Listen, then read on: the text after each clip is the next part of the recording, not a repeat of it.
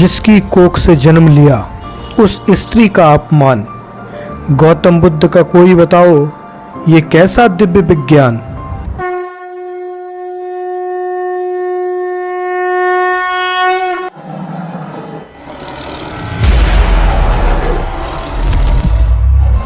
जय श्री राम दोस्तों, स्वागत है आप सभी का सनातन धर्म यात्रा में। दोस्तों, आप सभी जानते हैं कि हम पिछले कुछ समय से लगातार आपको जातक कथाएं सुना रहे हैं और उसी श्रृंखला में आज हम एक नई जातक के साथ उपस्थित हुए हैं। इस जातक का नाम है असात मंत्र जातक। ये जातक कथाओं में 61वीं जातक है और देखिए इस जातक में भगवान गौतम बुद्ध स्त्रियों को किन किन शब्दों से अपमानित कर रहे हैं। साथ ही उदाहरण भी एक ऐसी स्त्री का दे रहे हैं जो 120 साल की बूढ़ी जर्जर शरीर वाली है। तो आइए शुरू करते हैं आज की जातक कथा। दोस्तों, इस जातक कथा में लिखा है, यह गाथा शास्ता ने जेतवन में विहार करते समय एक आसक्त चित्त भिक्षु के बारे में कही। वर्तमान कथा इस प्रकार है। उस भिक्षु की कथा उम्मदंती जातक में आएगी।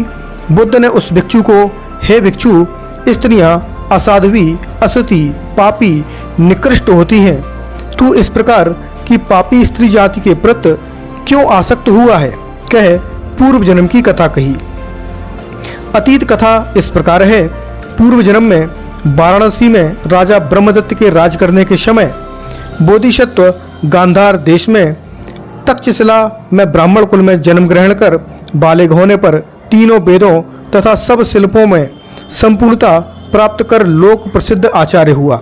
अच्छा, एक चीज आप यहाँ पर ध्यान दीजिए कि भगवान गौतम बुद्ध तो कई जन्म ले रहे हैं और जितनी भी जातक कथाएं आपने सुनी होंगी उसमें राजा वाराणसी का ब्रह्मदत्त ही है। अब आगे बढ़ते हैं। उस समय वाराणसी में एक ब्राह्मण कुल में पुत्र की उत्पत्ति के दिन निरंतर प्रज्वलित आग रखी गई।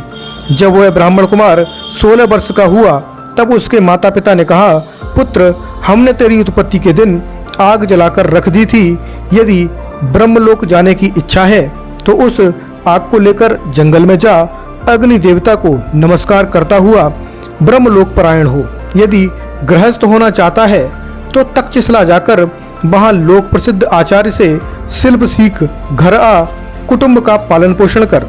माणवक ब्रह्मचारी ने, मैं जंगल में प्रविष्ट हो अग्नि की परिचर्या ना कर सकूंगा, मैं कुटुंब ही पालूंगा। बेचारा माता पिता को नमस्कार कर आचार्य की 1000 की फीस के साथ वह तक्षशिला गया और शिल्प सीखकर वापस लौट आया।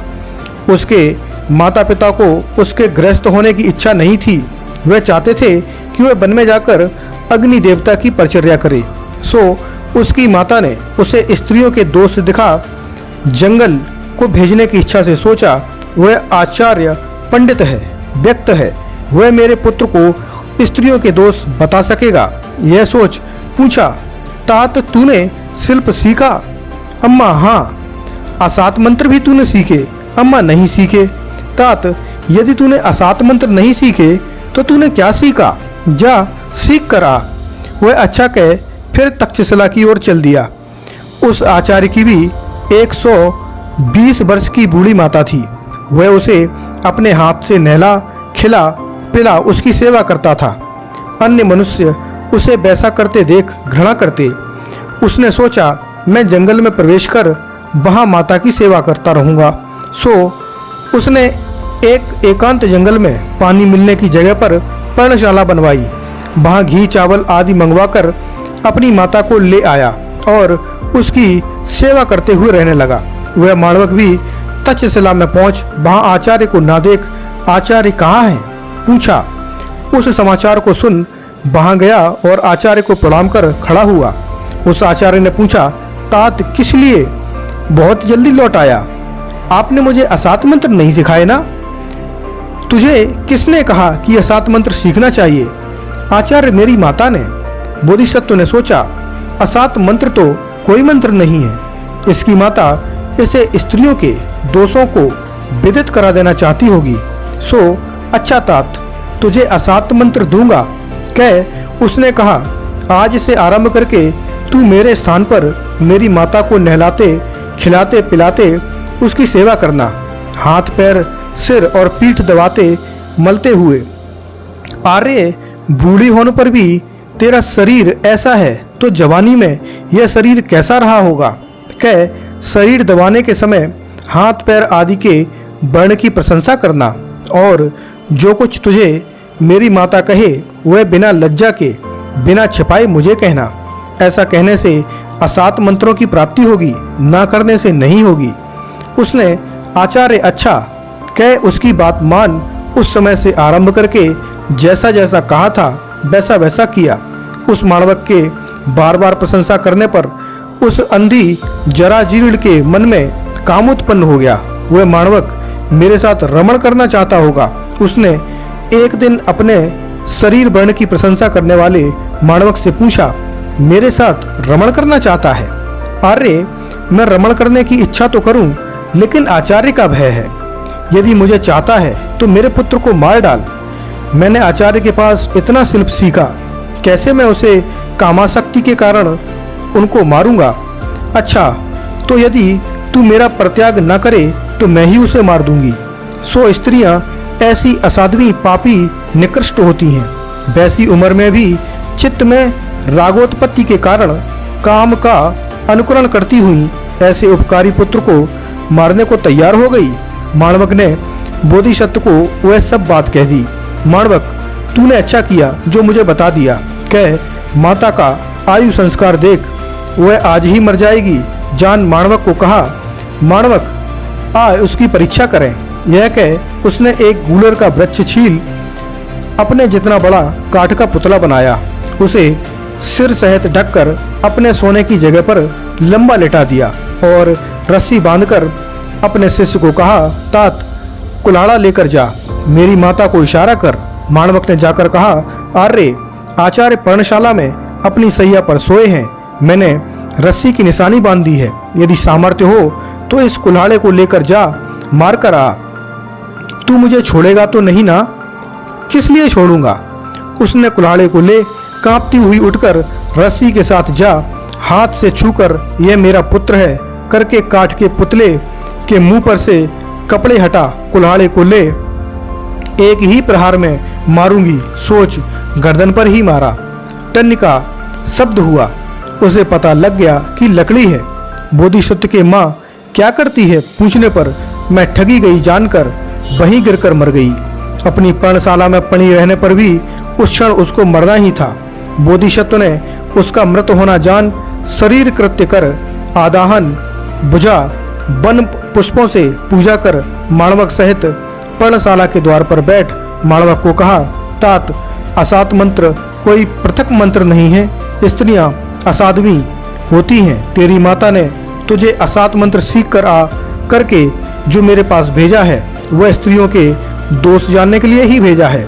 सो तूने अप्रत्यक्ष ही मेरे माता के दोष देख लिए हैं, इसलिए तू जान ले कि स्त्रियां असाध्वी पापनी होती हैं।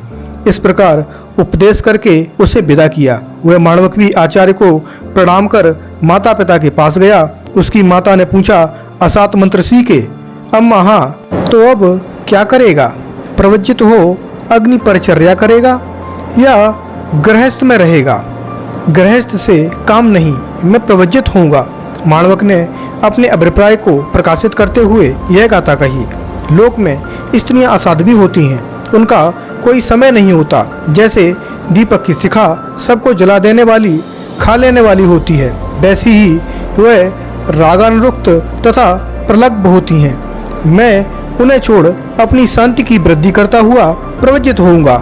असा असतियाँ पापनियाँ अथवा सात कहते हैं सुख को, सो वह उनमें नहीं, सो उनमें अनुरुक्त हो उसे वह सुख नहीं देती, इसलिए भी असाता दुखदायिनी यह अर्थ है। इस अर्थ की प्रमाणिकता के लिए यह सूक्त उद्धृत करना चाहिए। वे माया हैं, मरीचि हैं, शोक हैं, रोग हैं, उपद्रव हैं, कठोर हैं, बंधन हैं, मृत्युपाश हैं, गुहा आशय हैं। सो मनुष्य उनका विश्वास करे, वह नरों में अधम न रहे। लोकोक्तियों लोक संसार में स्त्रियां बेलातासम न विज्जति।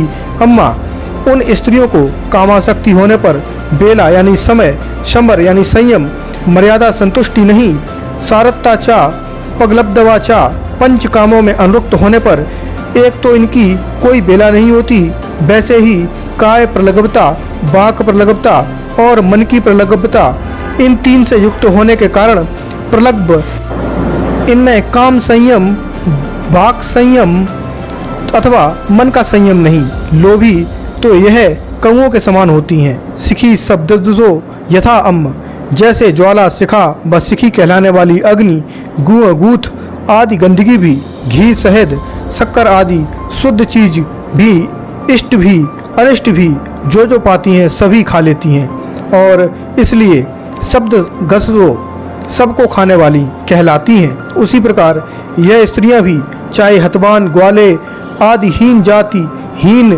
पैसे के लोग हों, चाहे क्षत्रिय आदि उत्तम पैसे वाले लोग हों, ऊंच नीच का विचार किए बिना जिसे दुनिया में मजा कहते हैं, उस कामाचार की इच्छा होने पर जिस किसी को पाती हैं उसी का सेवन करती हैं। इसलिए वह सर्वभक्षक अग्नि शिखा के समान होती हैं। इसलिए जिस किसी को पाती हैं उसी का सेवन कर लेती हैं। तत्ता हित्वा पप जिस्मानी, मैं उस पापिनी दुख की कारण स्त्रियों को छोड़ अरण्य में प्रविष्ट हो ऋषियों की रीत से प्रवज्ञा लूंगा। विवेक, मन ब्रूहम, शारीरिक शांति, एकांत, मानसिक शांति और चित्त के मैल से मुक्ति, यह तीन प्रकार का एकांत कहा गया है। सो यहाँ शारीरिक एकांत और मानसिक एकांत से अभिप्राय है।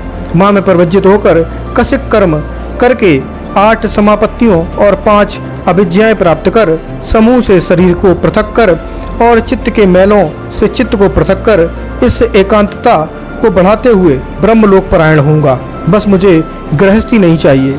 इस प्रकार स्त्रियों की निंदा कर, माता पिता को प्रणाम कर प्रवज्जित हो उक्त प्रकार के एकांत की वृद्धि करते हुए ब्रह्मलोक गामी हुआ। बुद्ध ने भी भिक्षुओं, इस प्रकार स्त्रियां असाध्वी, पापिनी, दुखदायिनी होती हैं, कह स्त्रियों के दोषों का वर्णन कर आर्य सत्यों को प्रकाशित किया। आर्य सत्यों के प्रकाशन के अंत में वह भिक्षु श्रोता पत्ती फल से प्रतिष्ठित हुआ।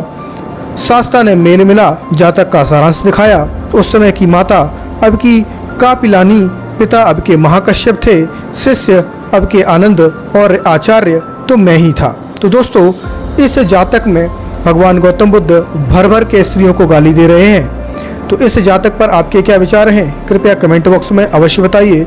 बने रहिए सनातन धर्म यात्रा के साथ और लेते रहिए रोचक एवं मनोरंजक जानकारियाँ प्रमाणों के साथ। धन्यवाद। जय श्री राम।